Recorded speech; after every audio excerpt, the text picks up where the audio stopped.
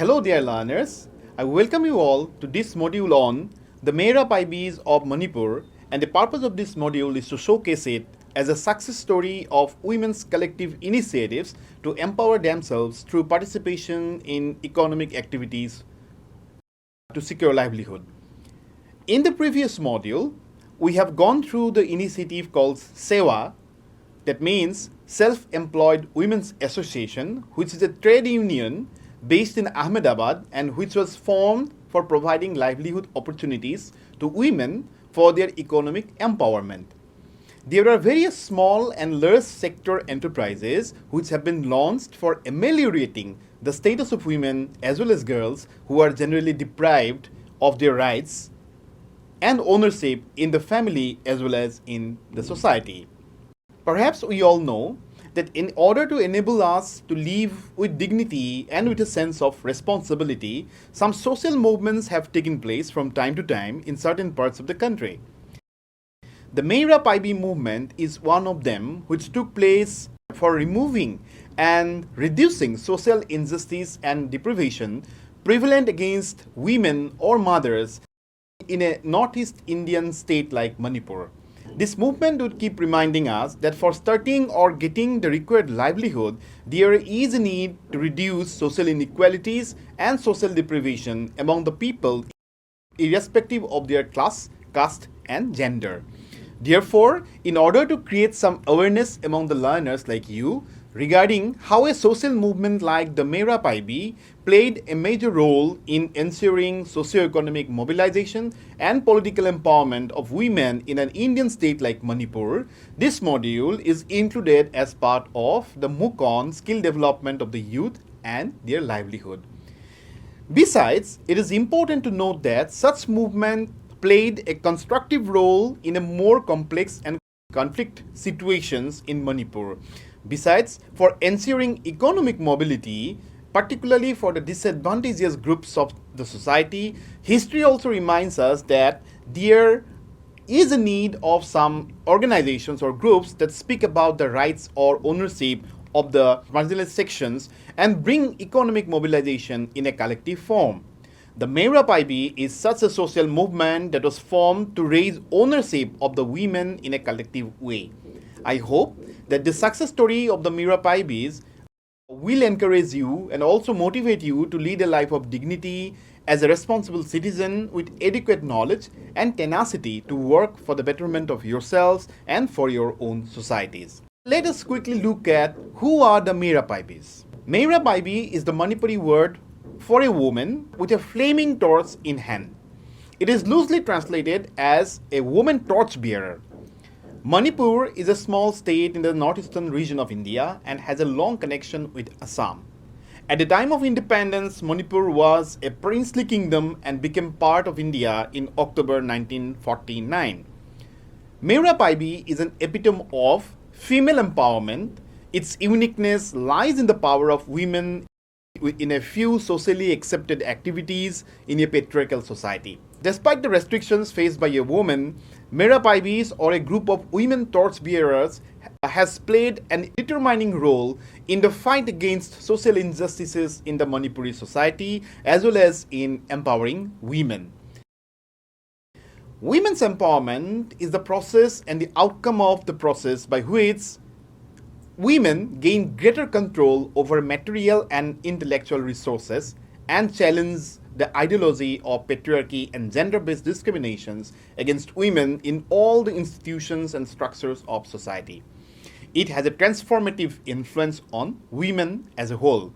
The growing intrinsic capacity, greater self-confidence, and the inner transformation of women's consciousness enable them to have a more realistic social perspective.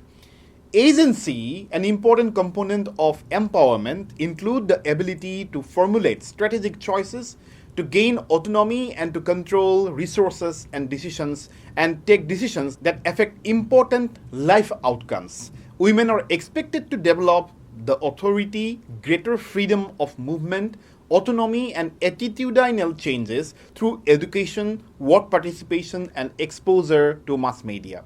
Mass media also plays an important empowering role in situations where the majority of the women are illiterate or have very little education. Mass media inculcates greater awareness of real social issues among women, making their activities realistic and more down to earth. The Meira Paibi movement is an example of empowerment of women through agency. A demand for visibility, the linear movement from inside to outside and darkness to light has been central to their claims for political recognition. Whether it is through shifts in sartorial practices such as shedding the veil or forms of mobility such as inhabiting public spaces, the transition from victimhood to agency is often envisaged through acts of stepping into the public eye. However, it would be incorrect to suggest that this is unique. Women have taken lead roles in mostly non-political activities, protesting against any intrusion on their livelihood. Now we shall have a look at the Meira Paibi's movement as a whole. The movement called the Meira Paibi movement can be better understood if we peep into the recent history of Manipur and try to understand the origin of their social space in a patriarchal setup. 7 years occupation of Manipur by Burma during 1890 to 26 literally decimated Manipur in every sense. The population of Imphal fell sharply as they either fled or were taken to Burma as prisoners of war. The normal functioning of the economy collapsed along with the social network. The intermittent wars fought by different clans and various tribes in Manipur kept the main folk fully engaged in war or operation for war. This compelled the women to take up the responsibility of local trade and commerce. The markets where sailors from different parts of Manipur would come provided not only a place of exchanging goods and services, but also a central place for exchanging information about the events across the state. Most of the punishments awarded to people with deviant behavior were meted out mostly in the marketplaces. Thieves and people in illicit relationships were generally punished in the marketplaces. These examples would be watched by the women in the market and it would spread in their localities when they returned home. Bullock carts and boats would bring the goods of the market from far-off places. They gave the women a unique space in an otherwise highly patriarchal Manipuri society. Since attaining statehood in 1972, only a handful of Manipuri women could become member of the Legislative Assembly. Not a single woman has ever been included in the numerous peace talks between insurgent groups and the government of India in progress across the state. Yet, women have always been in the forefront fighting against social injustice.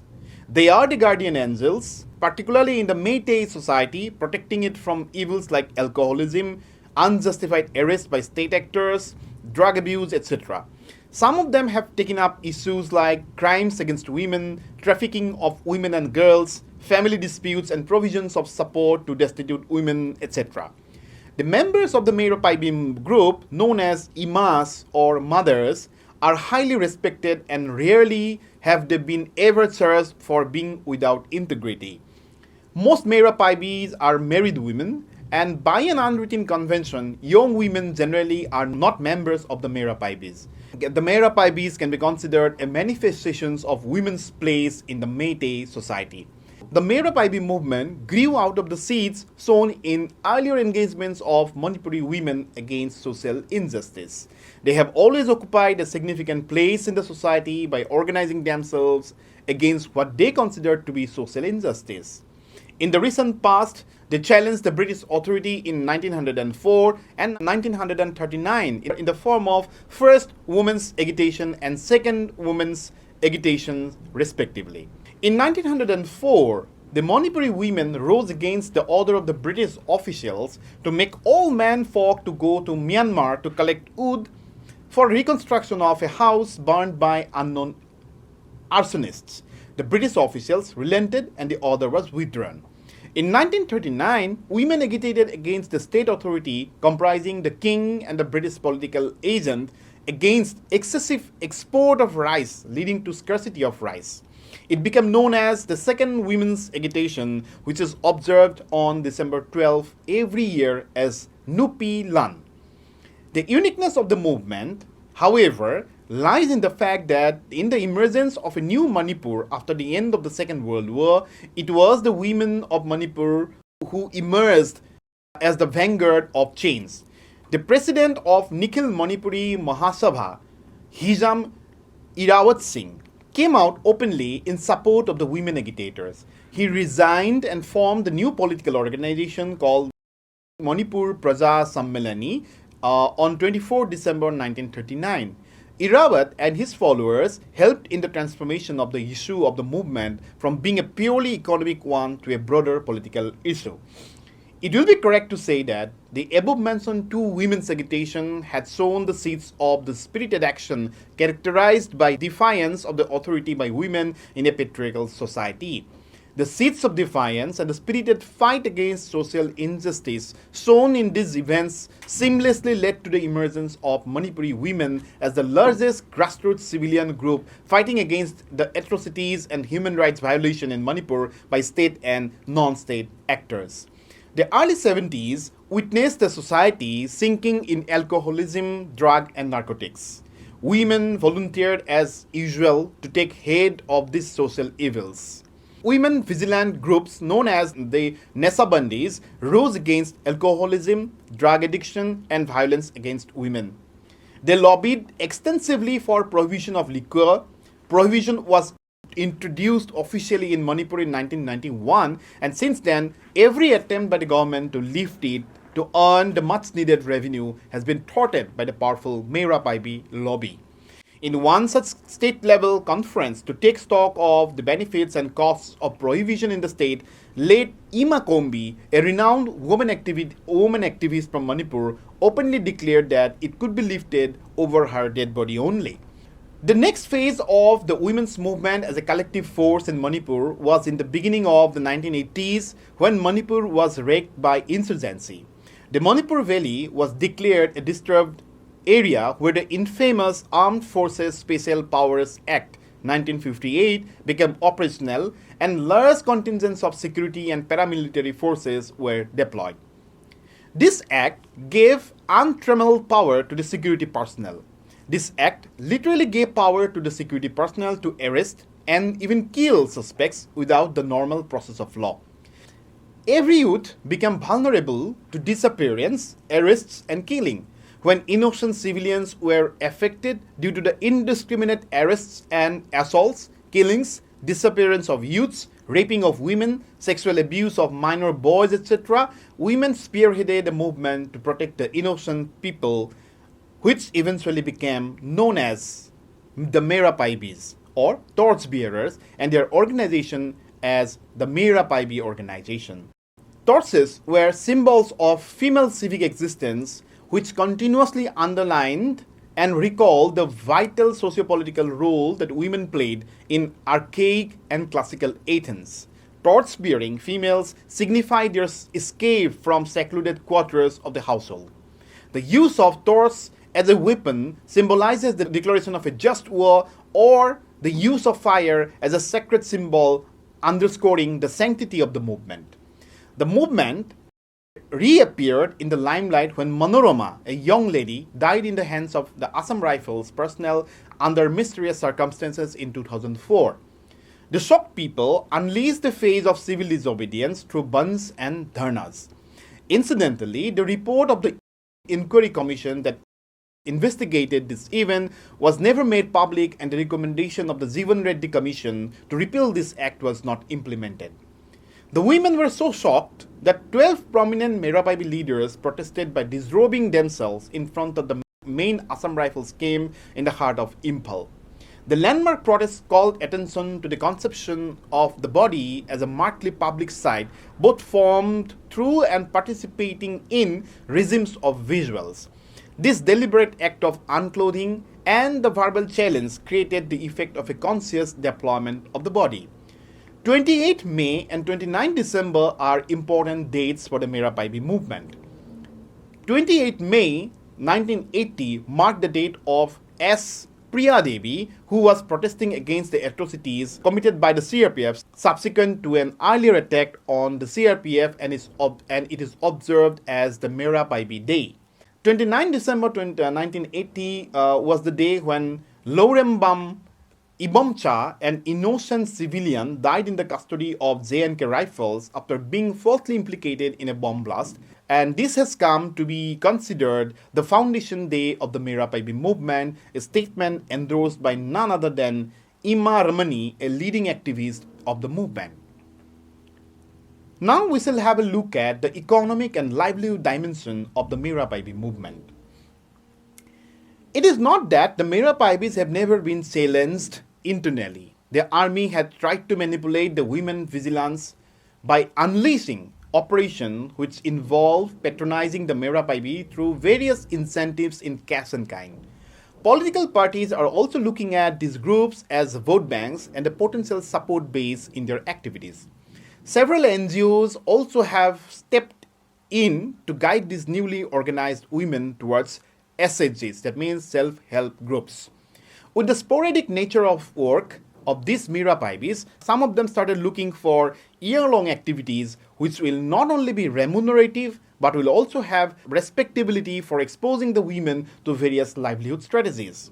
Such groups could be relatively easily coaxed into economically gainful activities. Their initial commitment to social issues becomes diluted. More and more women-centered NGOs have entered the field, and the promise of capacity building and teaching them alternative means of livelihood such as soap making, candle making, cake making, manure making, and others have lured the women workers away from the selfless activities.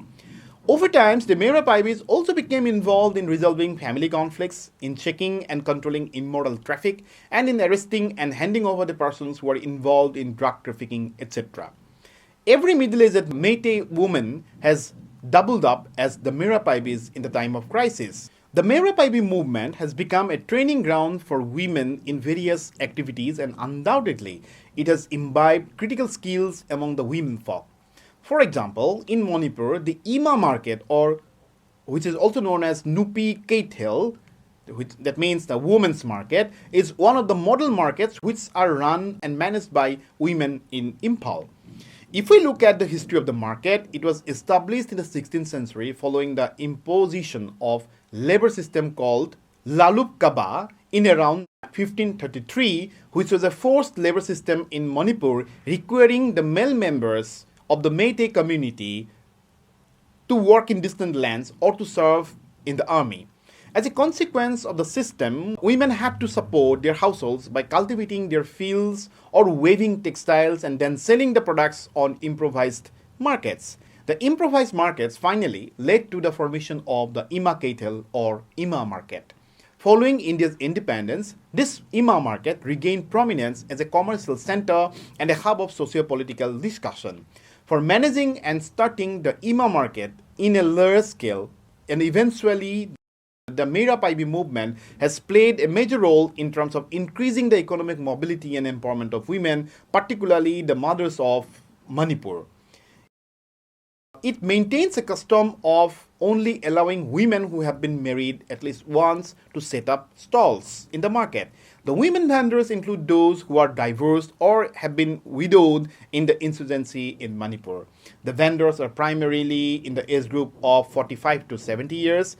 The union also turns a credit system for lending to women traders. In fact, the market is managed by a union of all the vendors of the market. Let us have a look at some of the activities of the Ima market.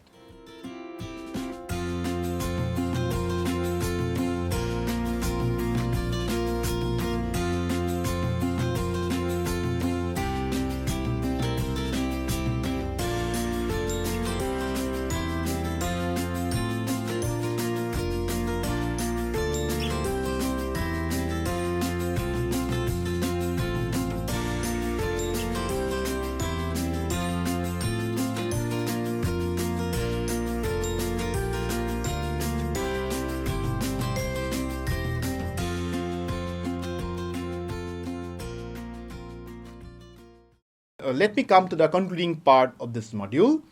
Even though the Meira Paibis are entirely a woman's affair, they take up, unlike the feminists, gender-neutral issues. Emancipation of the society rather than the females is their main motive and objective. The Meira Paibi organization has been registered to gain an official identity. In due course of time, the Meira Paibi took up remunerative activities as self-help group or Meirups, etc., to sustain the bond when the undesirable activities subsided. They registered themselves and diversified into other livelihoods. The compulsions of pursuing different livelihoods have not been able to corrupt these women till date. They also have unwritten hierarchy which shows up in times of crisis. It would be a common sight to find illiterate women leading the movement followed by highly educated women. The beauty of the movement is that when the call comes, all of them would become Meira Paibis once again. In 2013, the Times of India awarded the Times of India's Social Impact Awards Lifetime Contribution to Meira Paibis and its 5 leaders, namely Thaksham Ramani, A.K. Janaki Lema, L. Memshobi Devi, Y. Leirik Lema, and Purnimasi Lema. They received the award on behalf of the Meira Paibis. It must be pointed out that besides being Meira Paibis, these women are also associated with many civil society organizations fighting against social injustices, such as All Manipur Women's Reformation and Development Samaj, Poirei Leimarol, Kanglamei, Mikhol, etc. A short documentary film on the Meira Paibis was made in 2018. The film, titled Fireflies, was directed by Johnson Rajkumar. The film articulated the journey of the Meira Paibis in their struggles to protect the community from the atrocities committed by the state. Social challenges keep on growing more and more complex day by day. However, as before, the Meira Paibis of Manipur would rise to the occasion, reinventing themselves, and the movement grows. So we come to the end of this module. In the next module, we shall discuss yet another success story of white revolution started by the farmers of the state like Assam. Till then, goodbye and see you again.